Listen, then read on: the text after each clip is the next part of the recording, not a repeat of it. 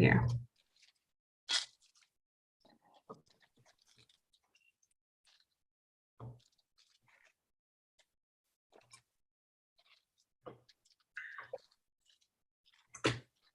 All right, so it's 6:04. We have quorum now. So we will go ahead and call our meeting to order. Welcome everyone to the Casa Esperanza Board of Directors meeting for May 19th, 2022.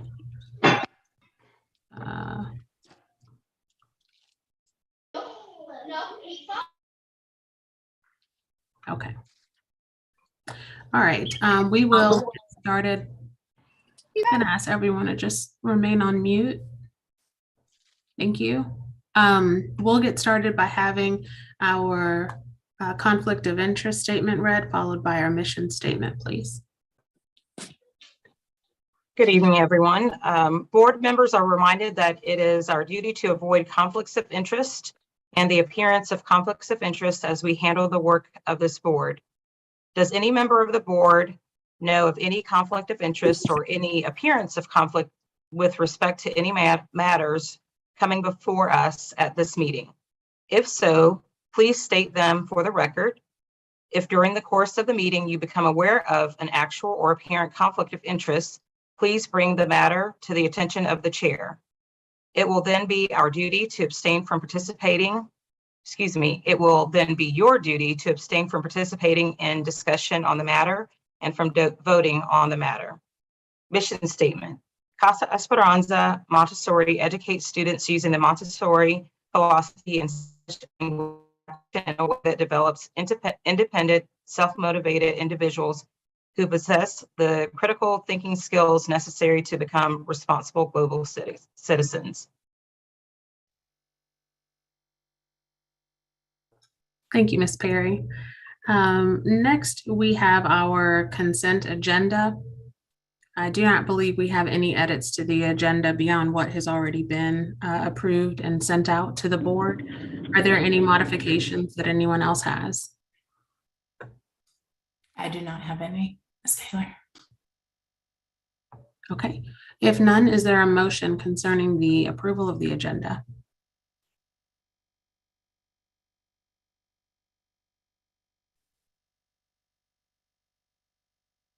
Motion to approve the agenda. Second. Okay, got motion from Ms. Perry, second from Ms. Davis. All in favor? Aye, Monique.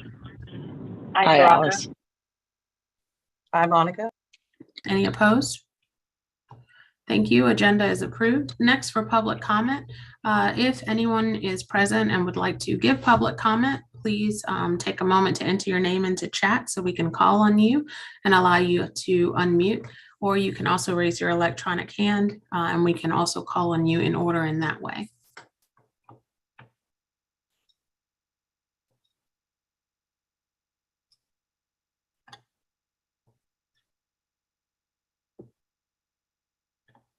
All right, seeing none, we'll move on to announcements. Are there any announcements from the administration or the board? I don't have any announcements, Ms. Taylor. Thank you. All right, we'll move right along to approval of minutes. In your folder, you will have the minutes from our last meeting on April 21st. Is there a motion concerning the minutes?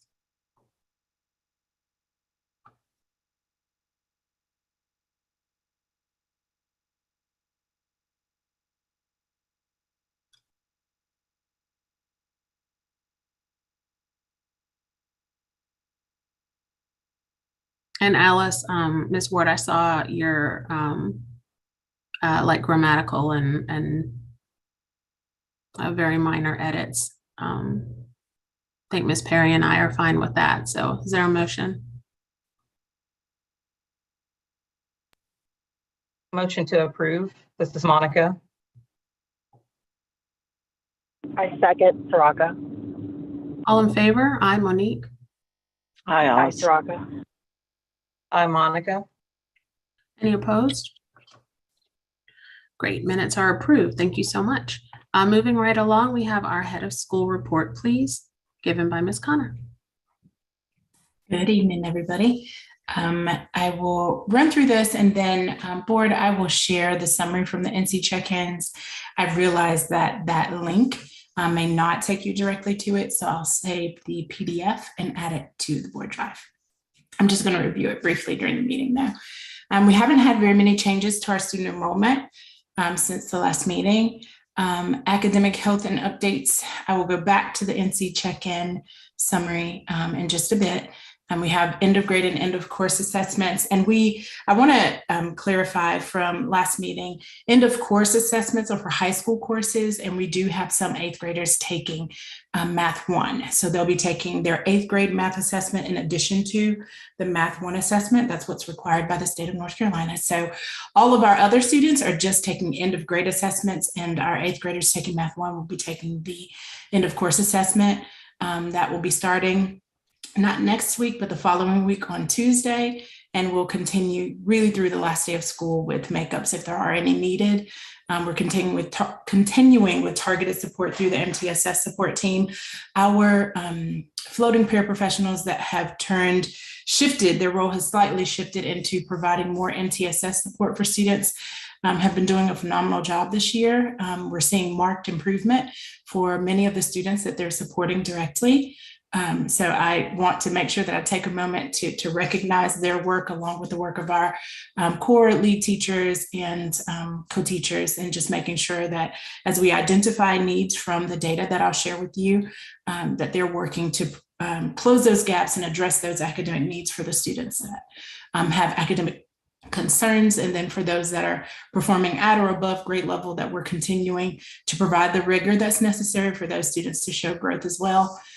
We had our final school improvement team meeting for the year last week. We reviewed the school improvement plan as it was written for this year. We completed that. There were some goals that needed to roll over into next year because they were not quite reached for this year.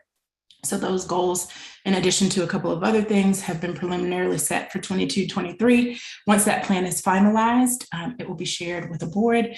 And the goal is, of course, to make sure that we're working to provide some clear plans for how we're going to meet student needs, provide a culture that is conducive for growth and learning for both our teachers and students, but that it also aligns with the board's vision and strategic plan. So that will be presented as soon as it is finalized with the school improvement team. The curriculum order for 22-23 is still in progress. We had a leadership team meeting yesterday to discuss specifically what grade levels, what types of materials. We're recognizing that we need to devote more time to Montessori materials, particularly in Children's House. So just trying to have a good balance of providing that exposure that's necessary for our students in a Montessori environment while still making sure that the instruction that's being provided is aligned with state standards, because we are still North Carolina public school. So we've had some discussions about that in addition to the materials that are needed so that we can provide that balance and make sure that the teachers and students have access to the resources they need. Also organizing materials for Q1 of the 22-23 school year. Mrs. Cauble, I have to give her a shout out here too. She's done a phenomenal job of helping with the logistics of organizing the transition from our current facility to the new facility. Part of that plan and part of the transition includes making sure that teachers have the materials they need for the first quarter while we'll be in the existing facility, and then making sure that the things that need to transition and be moved to the new facility get there in time. So thank you, Ms. Cauble, for the work that's being done there. That's been communicated with the faculty, and we'll continue to provide support. We know that there are questions.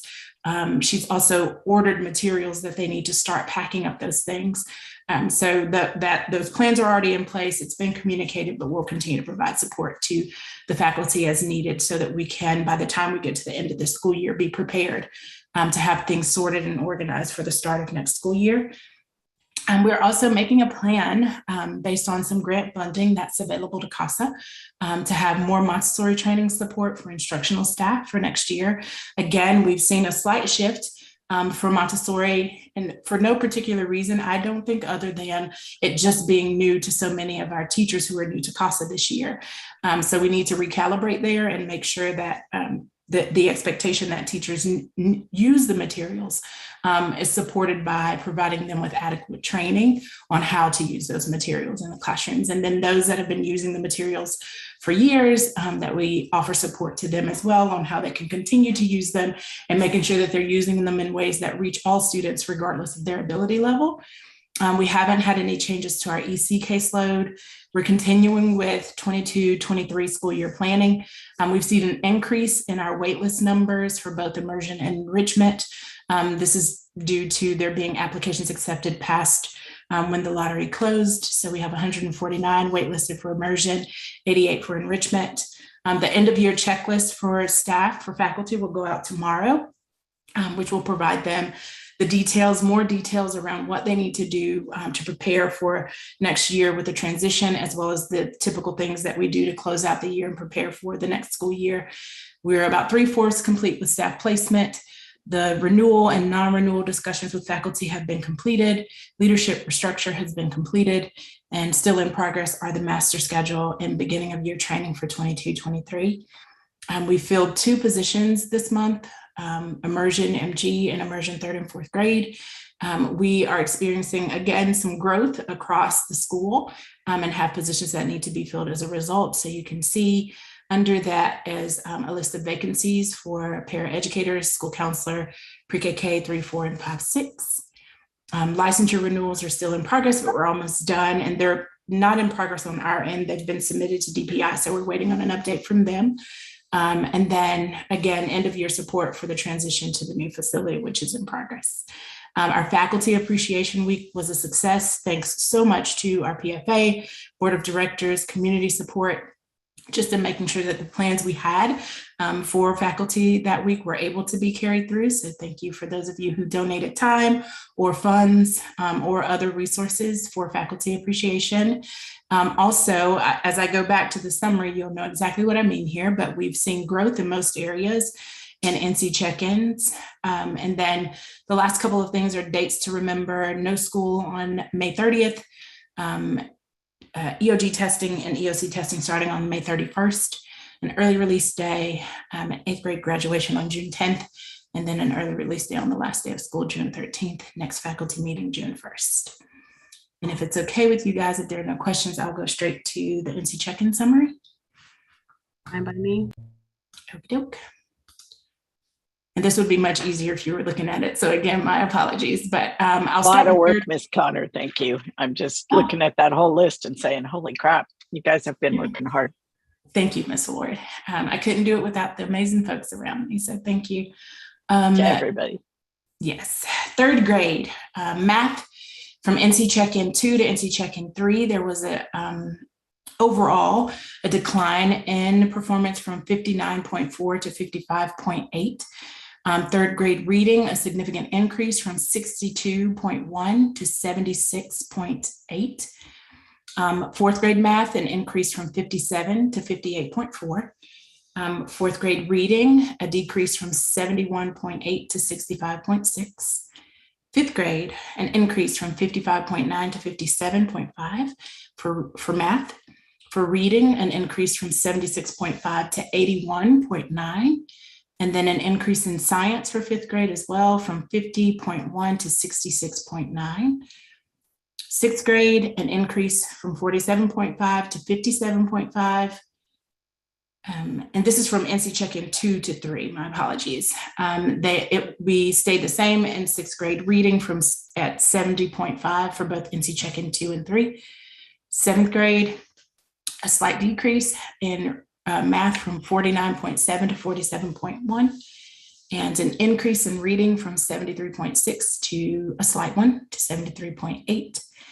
And then finally, 8th grade, we have an increase from 43.8 to 45.5, a slight decrease in reading from 66.8 to 64.1, and then an increase in science from 66 to 75.6.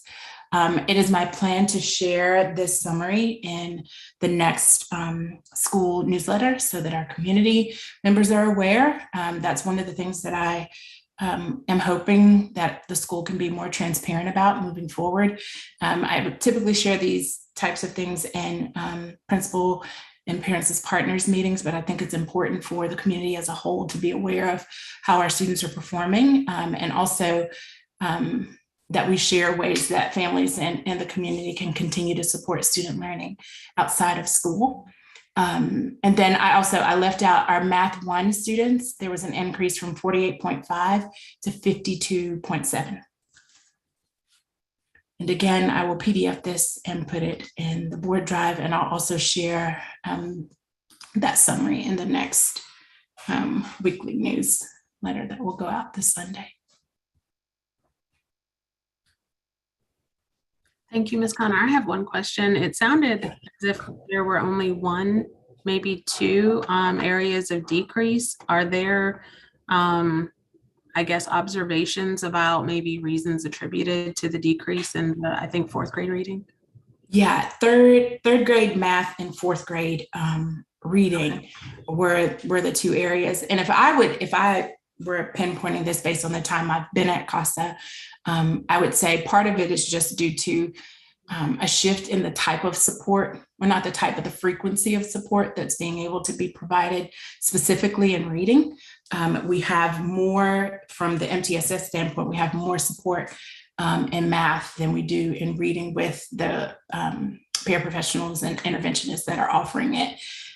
The other thing I would say is that the standards and that are covered in this last quarter that are assessed in particularly in third and fourth grade, some of those standards have not been taught, or at the time that this assessment was completed, had not been taught yet.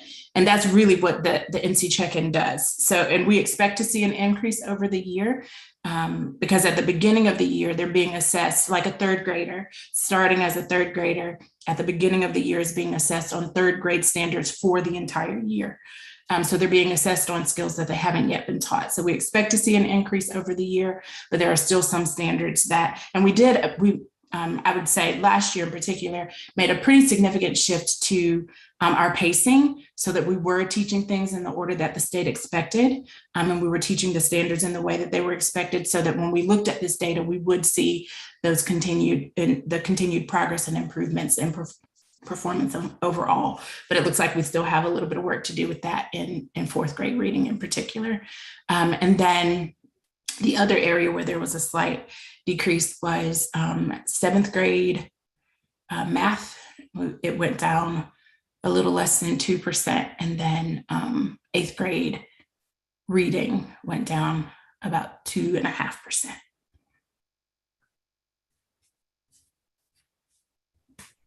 Thank you. Thanks for breaking that down. Sure. Anyone else have questions?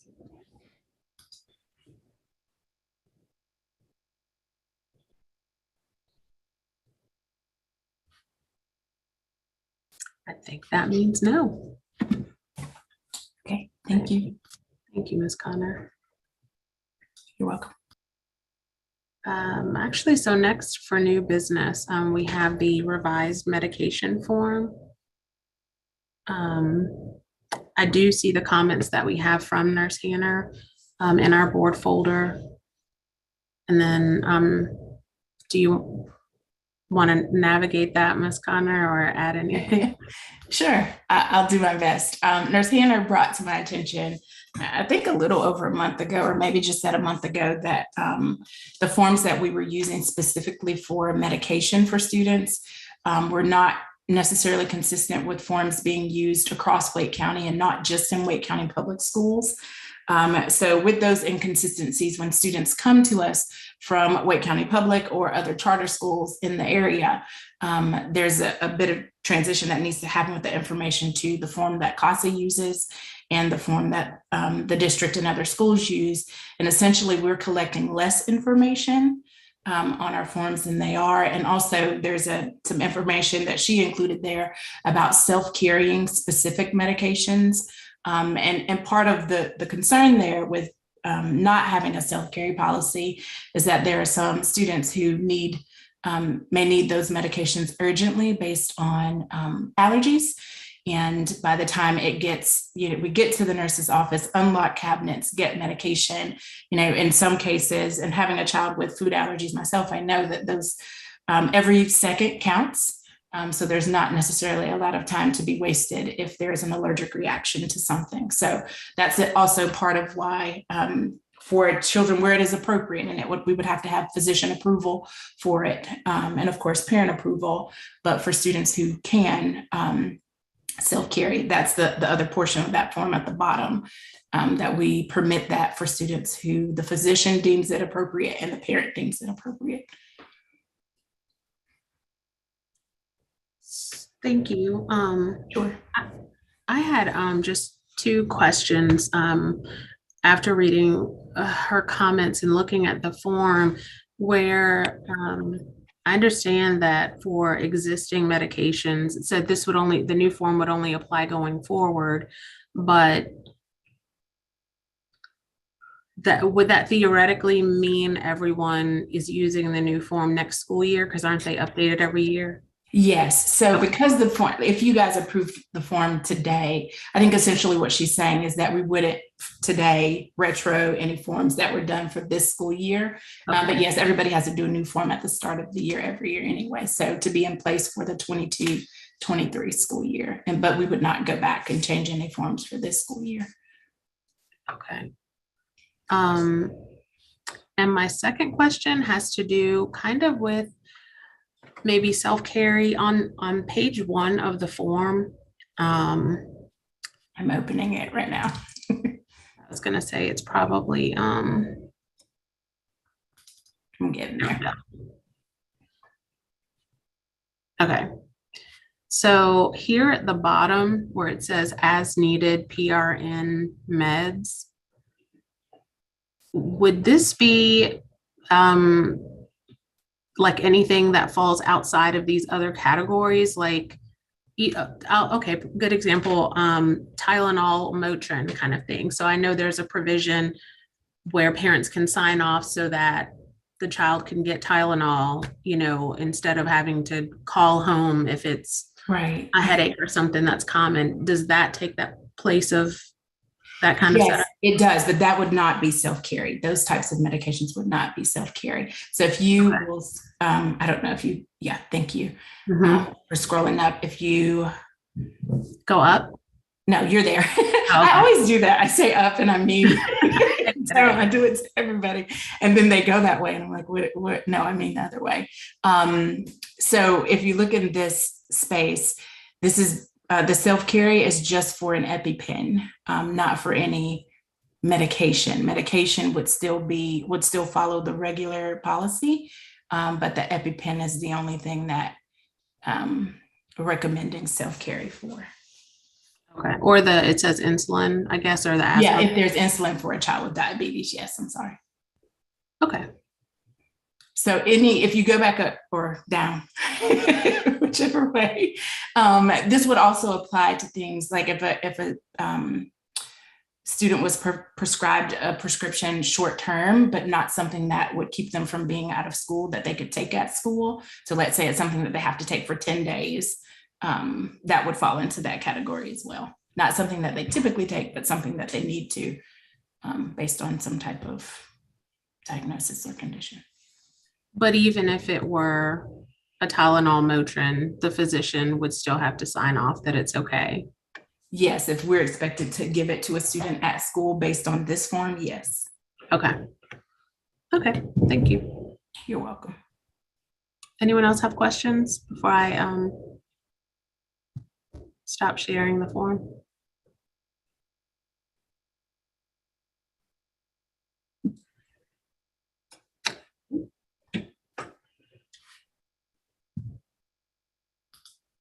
If there are no other questions or comments, is there a motion concerning the proposed medication form?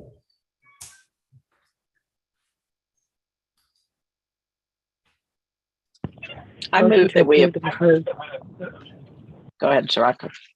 No, you're fine. Motion to approve the proposed medication form.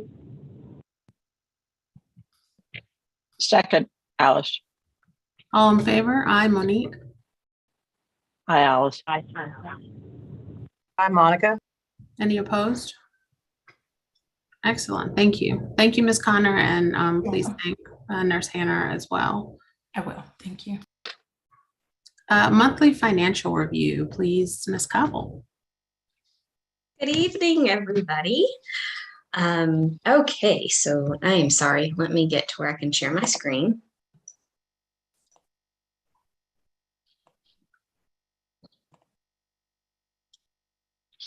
Okay, are you guys seeing the financial screen? Yes, ma'am. Yes, ma'am. Thank you so much for letting me know. And I increased it. Can everybody, is this a good size or do we need to go bigger? It's a short one tonight, so. That one, it looks good to me, Ms. Cobble. Okay, thank you guys. Okay, so this is our April report. And at this point in time for the fiscal year, we are 83.3% through our year. So the percentages that we're going to be looking for throughout a report, we want to be at 83.3%. And so I'm very excited to present this report. I know I talk every month about we're tracking well, and then sometimes the percentages don't look like they're tracking well. And this is part of the reason why schools will spend less as they progress further into the school year. We purchase a lot of things at the beginning of the year, which really skews the budget, but then it begins to start balancing out in the spring. And I'm very proud to share that with you guys tonight. So at this point in time for our revenues, if you'll notice right here, we are at 85.45% of revenues that we have received for this year. So what that means is we've received more revenues at this point in time than we actually had budgeted to receive at this point in time, because this number is higher than 83.3%. So we're tracking right where we should be with our revenues, which is always a good thing. And then if you go on down to the bottom of the report, which these are all of our expense lines, but if you look at the summary line, you see this great number right here that says 77.36%. What that means is that we have only spent out of our projected budget so far throughout this entire year, 77.36%. So that is below the 83.3% number, which means we're right on target. Casa very strategically in the past has wanted to create a surplus in our account, which is allowing us to build the building that we are getting ready to build. And so this surplus that we started out when we did the revised budget in February of $688,000 is right on target. We are just a little under $1,400 off from that.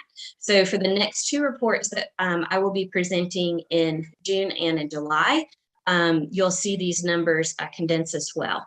So we're going to hit our target. We're doing great financially. In the column for all of our line items, there's only two line items that are above the 83%.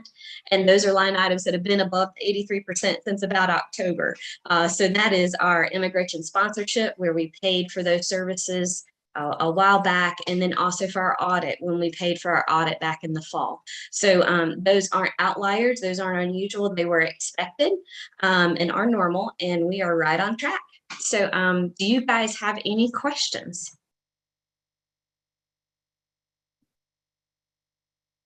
I do not. You're right on the money. Yeah, you're like right on it. Okay. All right. I think at this point in time, that's all I had. Thank you, Ms. Cobble. Were you going to do the disbursement review? Actually, Ms. Ward is going to do that this evening, Okay. and then I'll take it over for future reporting. Sounds good. Thank Thank you. you. Mhm. All right, Ms. Ward, you're up. Hey, everybody. Yep. Let me get to the right thing.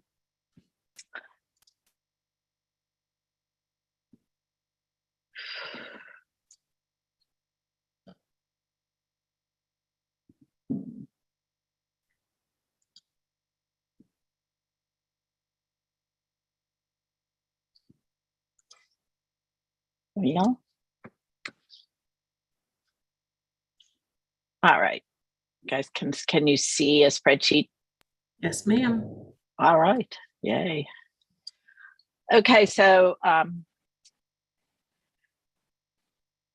we in prior meetings reviewed up through line 16, the $70,000 expense. And I just remember, as a reminder, this is a new control that we implemented where someone from the finance committee would review the weekly expense register. And I am just summarizing what I reviewed here. So, and then the board, we would discuss it at the board. So this will be part of our internal controls that the auditors can rely on should they choose to.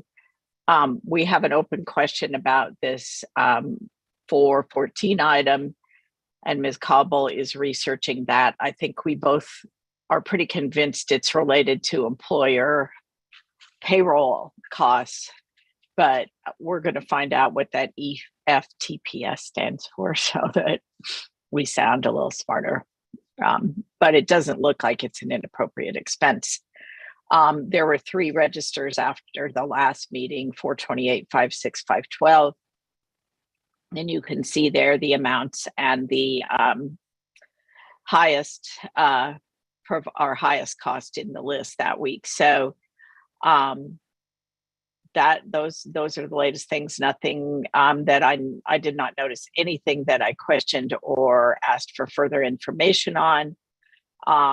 There was, just as a point of interest, the 512 register for 134,000. The biggest expense was just shy of 80,000, which was the down payment on all that furniture we approved a few weeks ago. So yay, we have new furniture that will be coming at the right time of the year. So unless somebody has a question, that's all there is to the disbursement review. Thank you, Ms. Ward. Sure.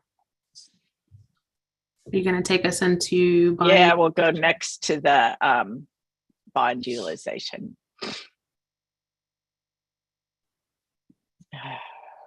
Okay, share.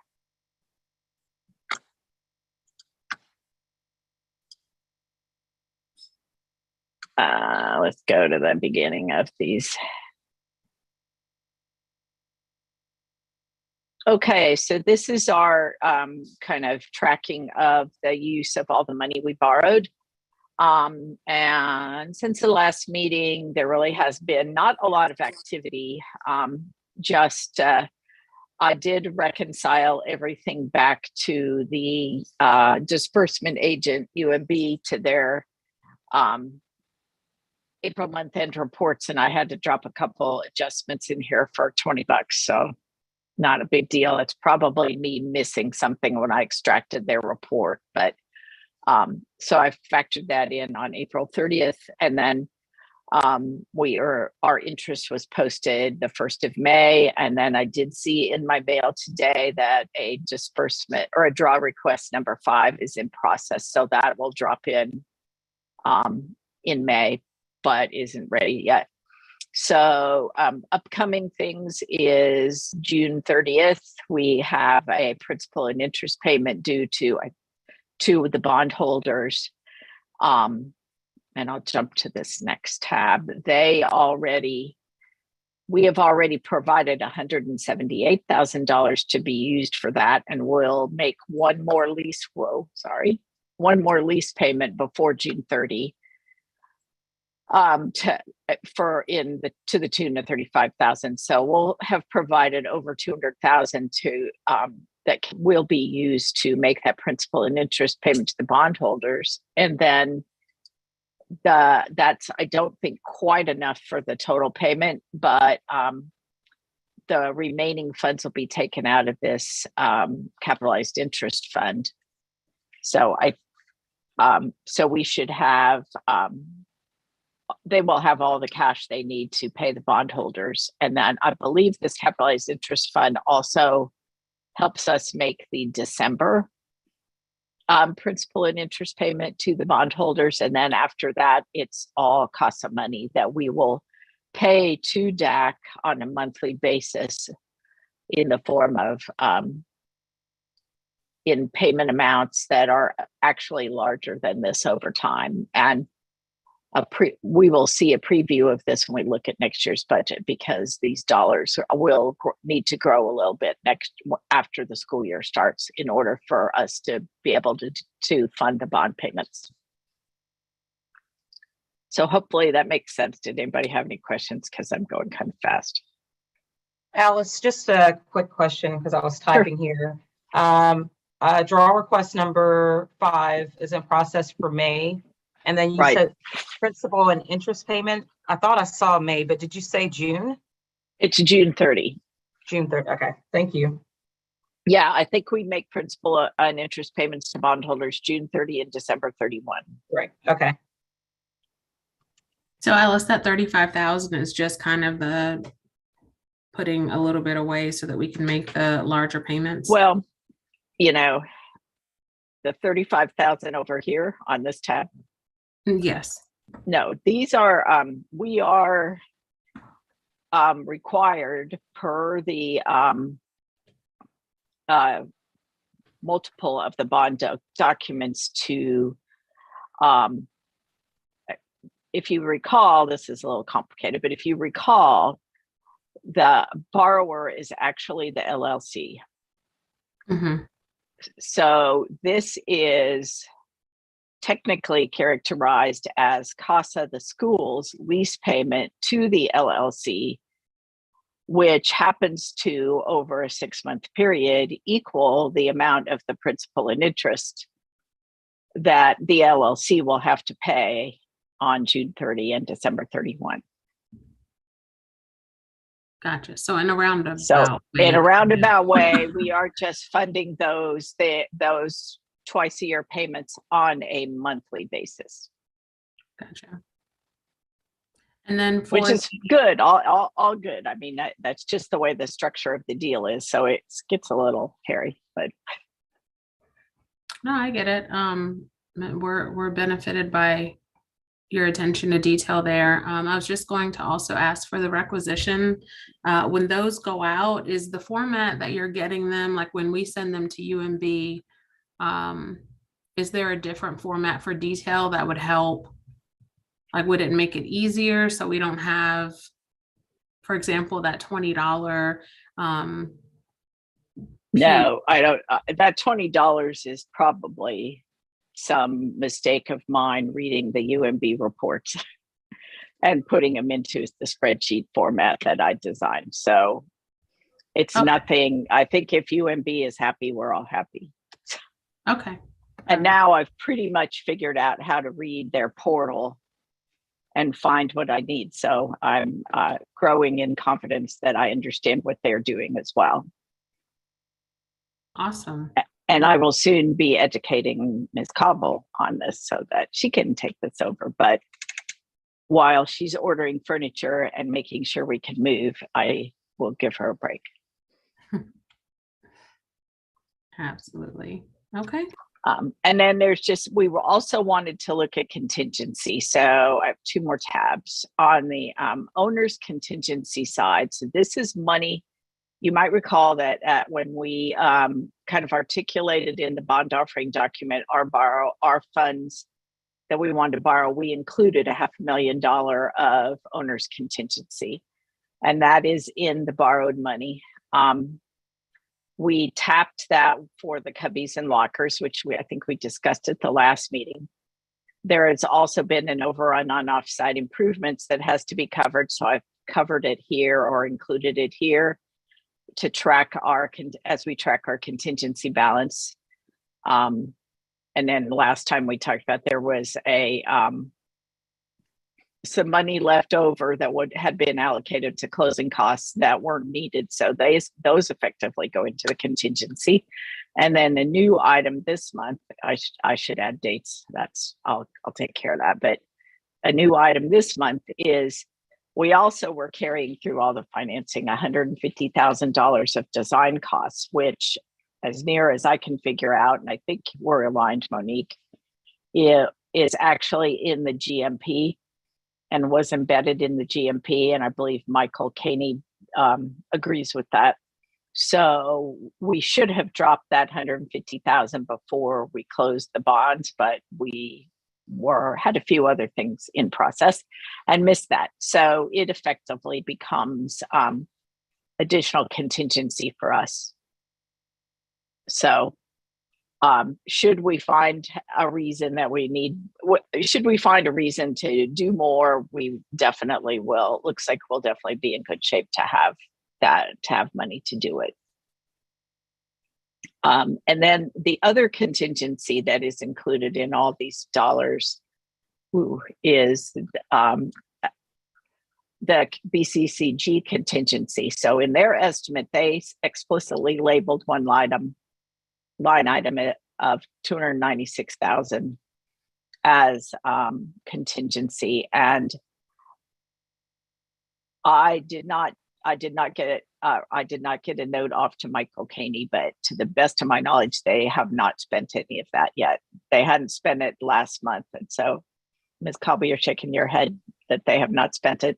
Yeah, they haven't spent anything from their contingency. From their reporting. Okay, so that's good. Now they'll probably spend all that at the end, because right now they're moving money around between different line items in their budget.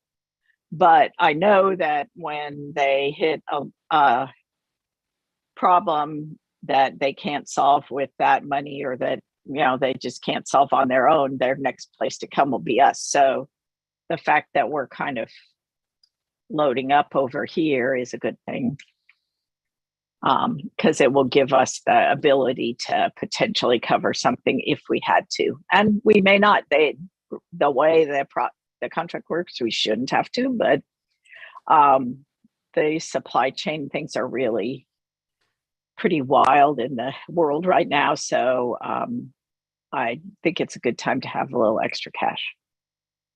Yeah, well, I was going to say there's you know, as good as the contract is, you know, there's still a limit to, you know, if things were to change, and we've got so many moving parts, that I'm just gonna knock on wood that you know, that it stays this positive. But honestly, until we're done, Yeah. I'm not going to declare victory, and I'm happy to see that we're still finding little buckets that we can use. So that's that. Any other questions?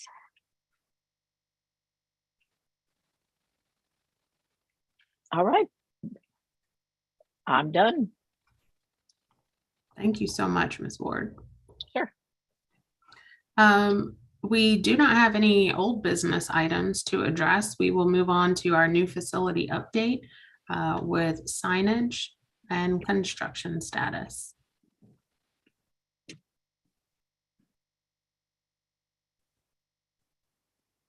So, Ms. Cobble, are you going to do the signage update?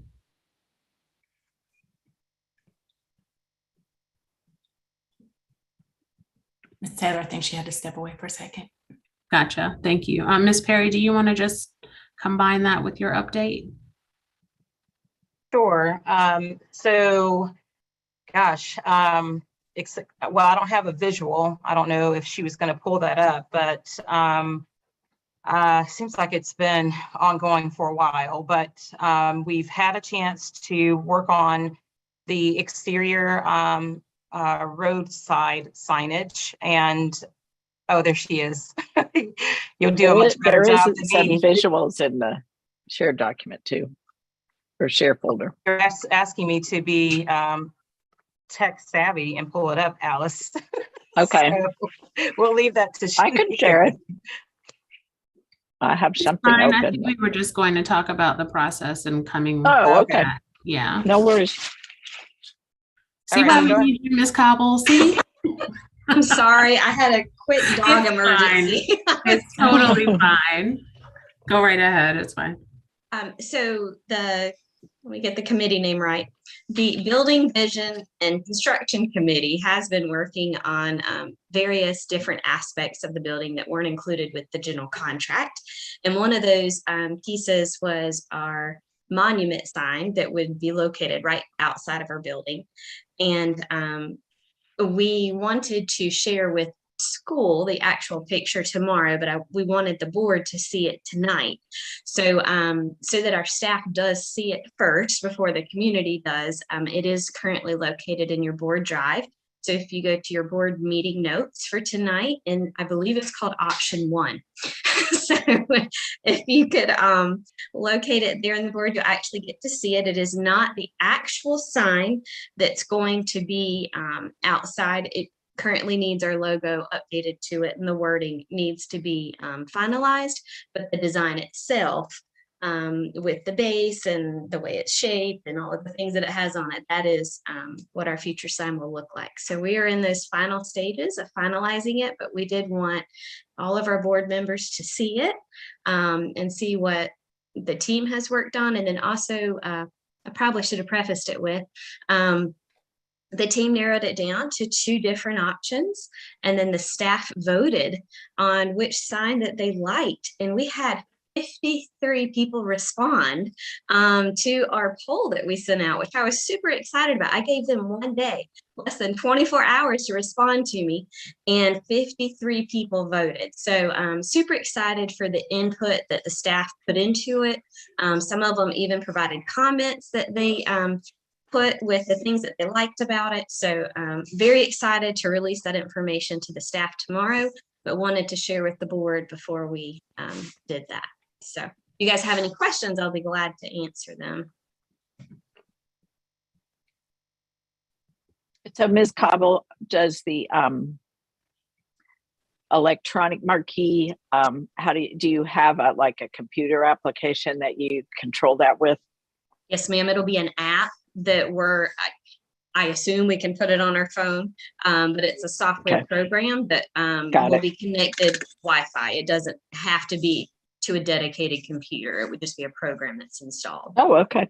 And I would just advise that we make sure that's password protected so that we don't have some precocious 8th grader. I'm going to write that down, Ms. Ford. I think that's a great idea.